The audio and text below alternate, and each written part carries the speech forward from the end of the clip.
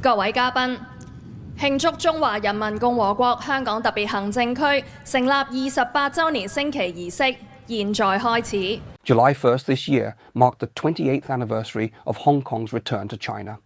On that day, the Hong Kong SR government held a grand flag-raising ceremony at Golden Bauhinia Square. I watched the live broadcast of the event, and as I was watching, I had a few reflections I'd like to share. The most solemn part of the ceremony was, of course, the flag-raising itself. Both the national flag of the People's Republic of China and the flag of the Hong Kong SAR were raised together while the Chinese national anthem played. After that, they played the anthem of the Hong Kong SAR, but that part didn't include any flag-raising, just the music. What caught my attention this year was the entrance of the honor guards before the flag-raising.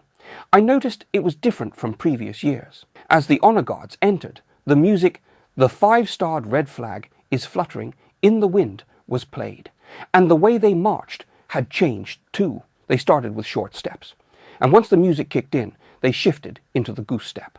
At that moment, I thought to myself, Hong Kong's ceremonial guard now marches just like the PLA honor guards. There's really no difference anymore. For those who've watched the Hong Kong SR flag-raising ceremony many times in the past, they might feel a difference. The ceremony used to follow a different procedure. If you look back 10 or 15 years, during the honor guard's entrance, there was no part where the five-starred red flag is fluttering was played. 早晨，行政長官，升旗典禮儀仗隊經已準備好啦。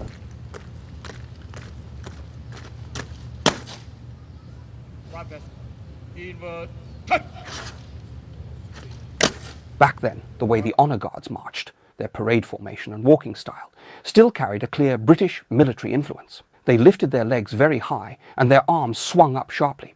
It even looked a bit like how Indian soldiers march.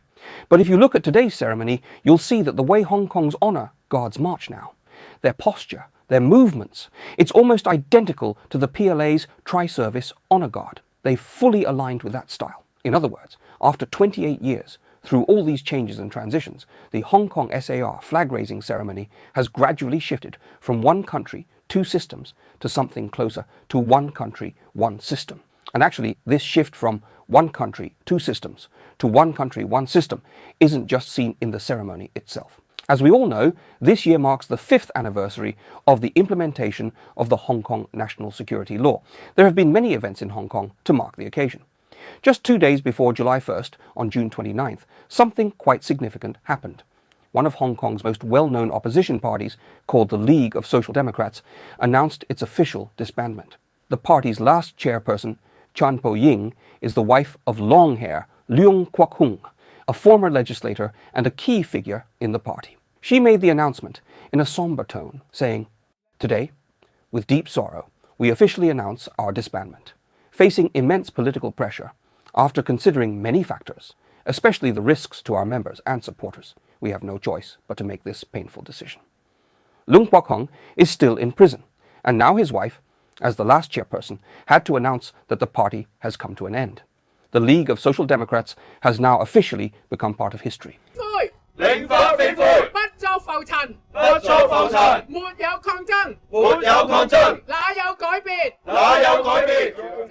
According to Chan Po-ying, the League of Social Democrats had been approached by certain authorities and was told they must walk into history, in other words, disband, before July 1st. After the National Security Law came into effect, many opposition groups in Hong Kong either disbanded or were shut down. For example, parties like People Power, as well as various pro-independence and localist groups, all faded out. Joshua Wong's group, Dim Assisto, announced its disbandment the very next day after the law was passed. In 2023, another major opposition party, the Civic Party, also quietly disappeared. It had been formed by a group of legal professionals, barristers, and legal elites in Hong Kong. Back when it was founded, the Civic Party was quite influential. But by 2023, during their leadership election, no one ran for party chair or the executive committee. Several of their key members were already in jail due to the case involving the 47 pro-democracy activists. In the end, the chairman, Alan Leong, announced that the Civic Party had completed its historical mission and would disband. When asked how he felt, he simply said, "Neither wind nor rain, neither sunshine nor storm." Better than a winding up of the party when we have no money, no member who would want to continue being members of the Civic Party. And it seems that this is the only natural ending for the party. So at that moment, he brought out a bunch of Civic Party T-shirts with him, told people to take them, so they wouldn't forget that the Civic Party once had a glorious chapter in Hong Kong's political history. Then in February this year, Hong Kong's largest and oldest opposition party, the Democratic Party, also officially entered the process of disbanding. It's said that the party's chairman was also approached by certain authorities who told him the party must be dissolved before July 1st. By June 29th, when the League of Social Democrats announced its disbandment, it basically marked the end of all opposition forces that once existed in Hong Kong. After 5 years of the national security law, its effects have fully kicked in. Hong Kong now has no opposition parties left. This means that what we see today is not just about the flag-raising ceremony becoming one country, one system. Politically speaking, Hong Kong as a whole has moved from one country, two systems, to one country, one system. In other words, the experiment of one country, two systems in Hong Kong has by now completely failed. So that raises an important question. Why did one country, two systems fail in Hong Kong? I've been thinking a lot about this lately. Was it because one country could never truly accommodate two systems? Or is there a deeper, fundamental conflict between the two concepts? Or maybe, over the past 2 decades, there were chances for compromise between Beijing and Hong Kong's pro-democracy camp. But due to historical circumstances, those chances were lost. Let's rewind a bit. As we all know, Hong Kong was a British colony, ceded during China's modern history. In the 1980s, China wanted to take back Hong Kong, so it entered negotiations with Britain, 22 rounds in total. Eventually, in 1984, they signed the Sino-British Joint Declaration. Under that agreement, Britain agreed to return Hong Kong, including the leased new territories, to China on July 1st, 1997. But during those talks, the people of Hong Kong weren't given a seat at the table. It was all handled between China and the UK. So many Hong Kongers felt upset. They had no say in their own future. Some even talked about independence or other political options. But under international law, those ideas didn't get any real support from other countries. Later, when the basic law of Hong Kong was being drafted, the mainland did invite some local Hong Kongers to participate. In total, there were 56 members on the drafting committee, and 23 of them were from Hong Kong. Among them were figures like Sito Wah and Martin Lee, the founding chairman of the Democratic Party. But after the Tiananmen crackdown in 1989, they withdrew from the committee in protest. Sito Wah, in fact, was the key figure behind Operation Yellowbird. After the 1989 crackdown, many students and dissidents from mainland China were hunted down by the regime.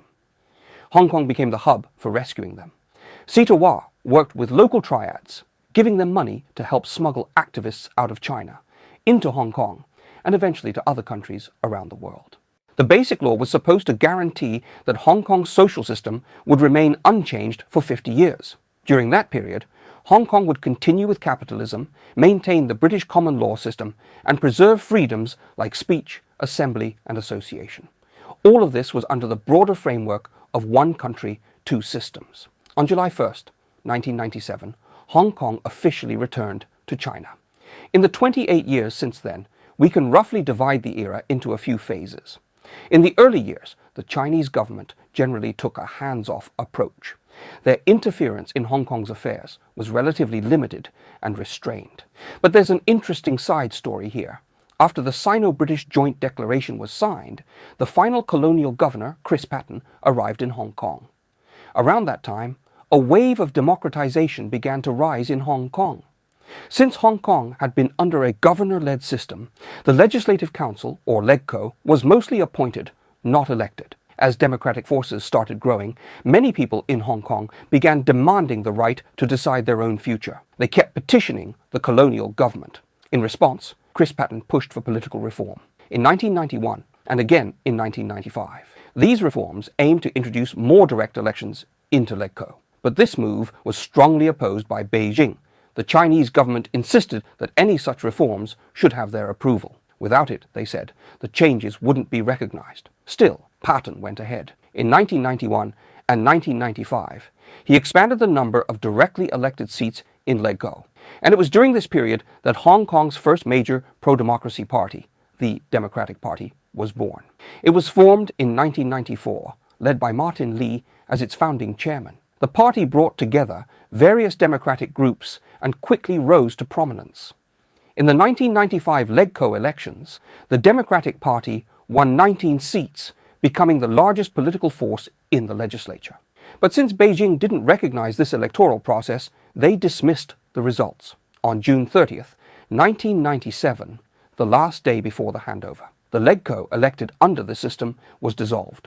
Meanwhile, in Shenzhen, the mainland government had already set up a provisional legislative council. And in the early hours of July 1st, 1997, Martin Lee stood on the second floor of the Hong Kong Legislative Council building and read out a July 1st declaration. 有啲人可能以為7月1號，既然我哋呢一班民選議員要落車，民主就完蛋啦。其實唔係，因為民主之火已經點着。 I still remember Martin Lee's July 1st declaration very clearly. He said that as Chinese people, after more than 140 years of colonial rule, we were proud to see Hong Kong return to China. It symbolized hope that Hong Kong might have a better future. But he also said that the true meaning of Hong Kong's return wasn't just about the land, it was about winning back people's hearts. In other words, only when the people of Hong Kong truly identified with the People's Republic of China could the return be considered complete. So how do you win people's hearts? He said the key was to trust the people of Hong Kong, give them more democracy, more freedom. The Democratic Party, in its founding platform, also acknowledged that Hong Kong is part of the territory of the People's Republic of China. But at the same time, they believed in fighting for greater democracy and freedom for the people of Hong Kong, within the framework of one country, two systems. In the declaration, Lee said that this moment was both a farewell and a new beginning. They would return to the Legislative Council, and together with 6 million Hong Kongers, walk forward with courage. History, he said, would be their witness. Even if the road ahead was long and uncertain, they would never give up. Back then, China Central Television broadcast the entire handover ceremony. They showed Chris Patten leaving Hong Kong, and the production team sent from Beijing was massive. But Martin Lee's speech, his July 1st declaration, was never shown to viewers in mainland China. Yet in my view, it was one of the most important moments of all, because it raised the question, how would the People's Republic of China deal with the Democratic Party of Hong Kong? How would it deal with opposition voices? On July 1st, 1997, Beijing had already set up a provisional legislative council, which was meant to last 1 year. Then, on July 1st, 1998, Hong Kong held its first official legislative council election after the handover. The election system was laid out in Annexes 1 and 2 of the Basic Law. There were 60 seats in total, half elected by functional constituencies, the other half by popular vote. The popular vote side used a proportional representation system, meaning each district would elect multiple lawmakers and seats would be distributed based on the percentage of votes each party received. This system tended to favor smaller parties and made it harder for large parties to dominate. I believe the Chinese government deliberately chose this system because the Democratic Party had already become the largest political force in Hong Kong. If they had gone with a single-member district system, one winner per district, the Democratic Party could have grown even stronger and possibly become the dominant political power.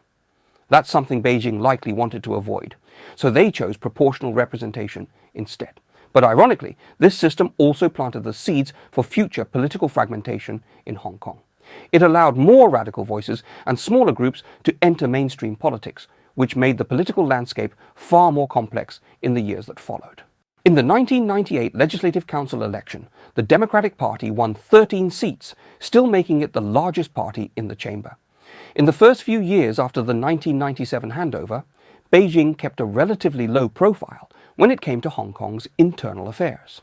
Their involvement was limited and overall quite restrained. The first real clash happened in 1999 over the right of abode issue. It was the well-known Ng Ka-ling case, which reached Hong Kong's Court of Final Appeal. The court ruled that it had the ultimate power to interpret the Basic Law, and even the right to review interpretations made by the National People's Congress Standing Committee. That decision immediately triggered tensions. The question became, who really has the final say on the Basic Law, Hong Kong's highest court, or Beijing? Eventually, the Hong Kong government bypassed the local judiciary and directly requested an interpretation from the NPC Standing Committee. In 1999, the NPCSC issued its first interpretation, overturning the court's decision and declaring that it alone held the final authority over interpreting the Basic Law, not the Court of Final Appeal, in Hong Kong. In short, Beijing was making it clear, under one country, two systems, the one country still calls the shots. Then came another major flashpoint, Article 23 legislation. Article 23 of the Basic Law requires the Hong Kong SAR to enact its own national security laws, to prohibit things like treason, sedition, subversion, and secession. According to Martin Lee, Article 23 wasn't part of the Basic Law's original draft. It was added after the 1989 Tiananmen crackdown. Beijing feared that if Hong Kong went too far down the road of democratization, it could pose a threat to Communist Party rule. What if people started pushing for independence? So they insisted on including Article 23 during the drafting process. Still, after the handover in 1997, Hong Kong didn't take action on the law for several years. Then, in late 2002, Vice Premier Chen Chi-chen publicly urged the Hong Kong government to get moving on it. At the time, Chief Executive Tung Chee-hwa responded by starting consultations and preparing a draft bill, what was essentially Hong Kong's version of a national security law. But once the draft was made public, it sparked widespread resistance. Many Hong Kongers strongly opposed it, especially because it included provisions like life imprisonment for inciting subversion and allowed police to conduct searches without court warrants. The city's legal community pushed back hard. Many lawyers, scholars, and rights groups believe the Article 23 draft fundamentally conflicted with Hong Kong's legal traditions and the spirit of the rule of law. They saw it as a structural threat to the freedoms and civil rights that Hong Kong had long enjoyed. At the core of the controversy was this: Hong Kong promised freedom of speech and freedom of association, but how do you draw the line between that and what the Chinese government defines as subversion or secession? That line was never clear. The truth is, the debate around Article 23 reflected a deep lack of trust between Beijing and Hong Kong. From Beijing's perspective, if you don't enact Article 23, what happens if people start calling for independence? What if they try to overthrow the Communist Party? But from the point of view of many Hong Kongers, if Article 23 becomes law, what happens to freedom of speech? What happens to the rule of law? For example, every year after 1989, Victoria Park held candlelight vigils in memory of June 4th. That would never be allowed in mainland China.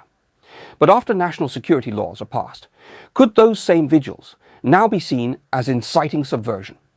If so, how can freedom of expression still exist? That's why both the legal community and the general public in Hong Kong strongly opposed Article 23. Many still remember that in 2003, when Premier Wen Jiabao visited Hong Kong, 500,000 people took to the streets in protest. It was the largest demonstration since the handover, a landmark in Hong Kong's civil movement history. I remember a journalist asked Wen Jiabao at the time how he felt about the fact that so many people opposed the government. His response was relatively calm. But either way, the massive protest clearly shocked the Hong Kong government. Even though Tung Chee-hwa was appointed by Beijing, the SAR government back then still paid some attention to public opinion, or at least was wary of it. In the end, Tung Chee-hwa announced that the Article 23 legislation would be shelved, not withdrawn, just indefinitely postponed. and that's how it stayed. Many believe one key reason Teng later stepped down was precisely because of this issue. He knew he couldn't push Article 23 through, yet Beijing still expected him to. Caught in the middle, unable to deliver, he eventually resigned before completing his term. Looking back at the Article 23 episode, you could say that Beijing's response was relatively hands-off. They allowed the legislation to be shelved, at least for the time being. It showed a certain level of compromise at that stage. In many ways, it marked the first major clash between Hong Kong and the mainland under the one country, two systems framework. Then, in 2006, two major political developments happened in Hong Kong. One was the founding of the Civic Party, and the other was the formation of the League of Social Democrats. The Civic Party came out of a group of lawyers who had formed the Article 23 concerned group, legal professionals who had firmly opposed the national security law. After Article 23 was shelved, that group evolved into the Article 45 concern group. Article 45 of the Basic Law promises that the chief executive of Hong Kong will eventually be selected by universal suffrage. Of course, it also adds that candidates must be nominated by a broadly representative nominating committee. The members of the Article 45 concern group pushed hard for universal suffrage to be implemented as soon as possible. In fact, the Basic Law includes commitments to two types of universal suffrage, one for electing the chief executive and another for choosing legislative council members. But the language also says this should happen in a gradual and orderly manner, depending on historical and practical conditions. So, while the Basic Law made a promise, it didn't provide a clear timeline. Still, after 2003, more and more people in Hong Kong, including civil society, began calling for full, dual universal suffrage. So in 2006, the Civic Party was officially founded. It grew out of the Article 45 concern group and was made up mainly of legal elites from Hong Kong. Their vision was to push for democratic reform through institutional means, through legal processes, constitutional change, and gradual progress within the system. That was one path. But another path emerged around the same time, the founding of the League of Social Democrats, or LSD. This was more of a grassroots, street-level political group. One of its most famous figures was long-hair Leung Kwok-hung. He had long been active in street protests and public opposition. The LSD identified as a Marxist party. They admired Che Guevara and studied Marxist classics, including writings by Chen Duxiu. Their focus was on helping Hong Kong's underprivileged, the elderly, children, housing issues, typical concerns of a left-wing party. But as we all know, left-wing parties are not exactly welcomed by today's Chinese Communist Party. I've said this before, the CCP today is no longer a communist party in any ideological sense. Most of its policies resemble those of Western right-wing governments, especially in economics, where it's largely hands-off and market-driven. So even though the LSD was a leftist party, that didn't make them closer to the CCP. In fact, there was no real connection between them at all. Just look at how hostile the CCP's relationship is with the Japanese Communist Party. They don't even exchange greetings. The same kind of cold distance applied to the LSD. Leung Kwok-hung and his group had a much more radical style. While Hong Kong's Legislative Council had long followed a kind of British tradition of civility and polite debate, once the LSD got 3 members into the legislature, including Leung, the tone started to shift. They became known for disruptive behavior. For example, during oath-taking, when they were supposed to pledge allegiance to the Basic Law, they refused to cooperate. The LegCo president at the time, Rita Fan, still tried to be polite and let Leung in. But soon they started throwing bananas and other objects during sessions. They became known as a totally unorthodox, confrontational force within the council. By 2006, it was clear that Hong Kong's opposition was beginning to split. The Democratic Party still held the center ground, more moderate and institutional. But the Civic Party had emerged with its legalist strategy, and the LSD brought in a more radical street-style politics. The democracy movement in Hong Kong was no longer a single bloc. It was now fragmented. From 2006 onward, all of these political forces repeatedly called on Beijing to fulfill the promise of dual universal suffrage. But in 2007, that proposal was rejected. The decision angered many in Hong Kong, who believed the Chinese government was breaking its basic law commitments.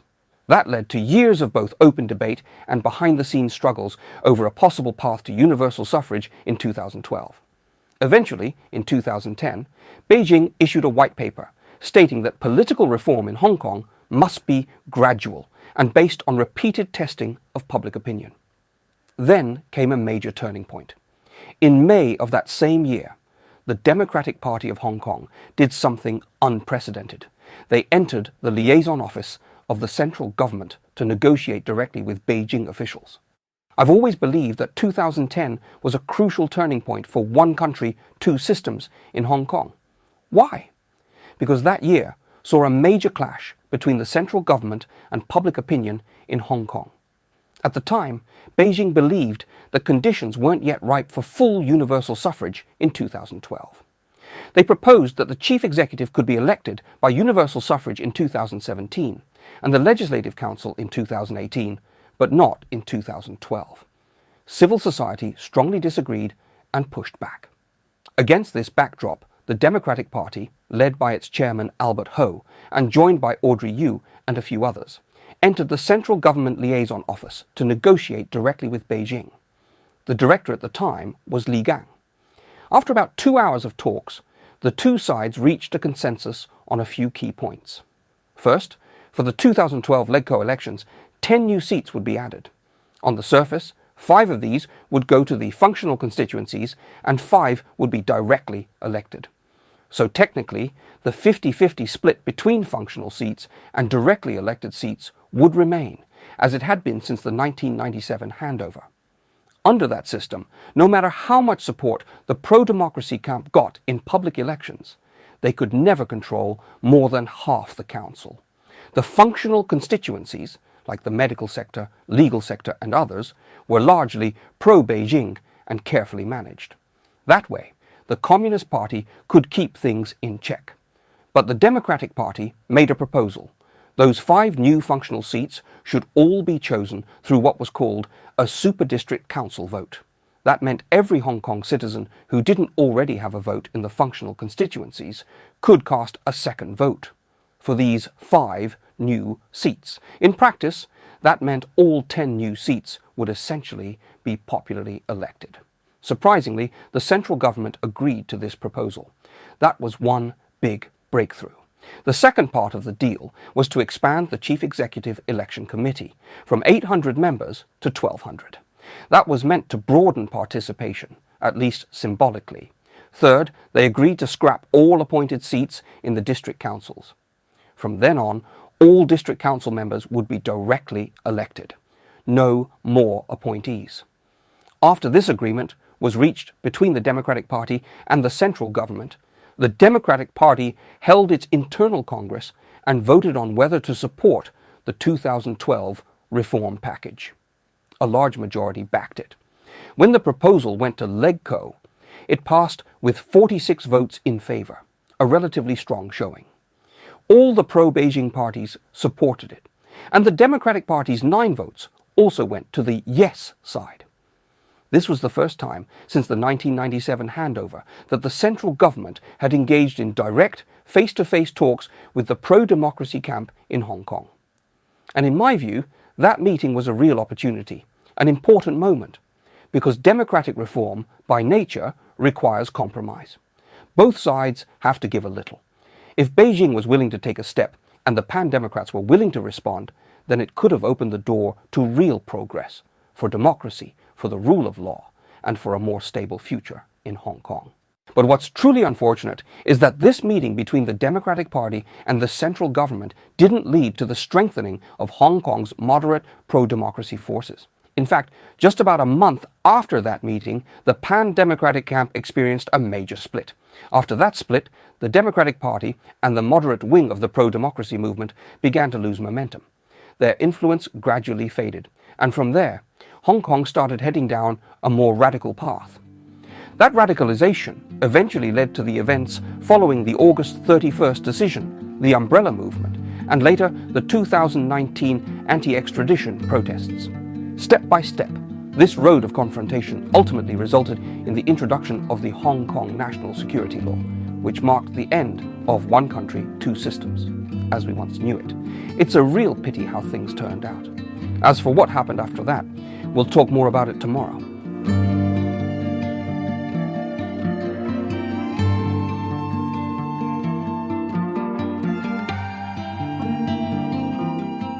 有啲人可能以為7月1號，既然我哋呢一班民選議員要落車，民主就完蛋啦。其實唔係，因為民主之火已經點着。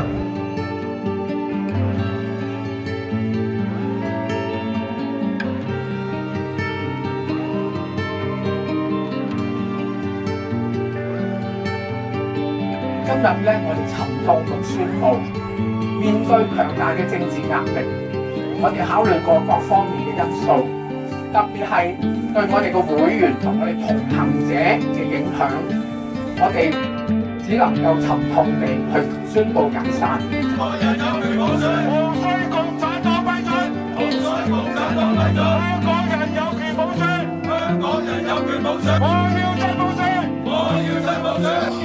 你唔使警告，我而家俾我調佢。兩議員馬上離開，立即我會議室。兩議員，俾慢慢取理，一錘定音。我話俾你聽，林鄭月娥，你即刻講你議員，你唔俾。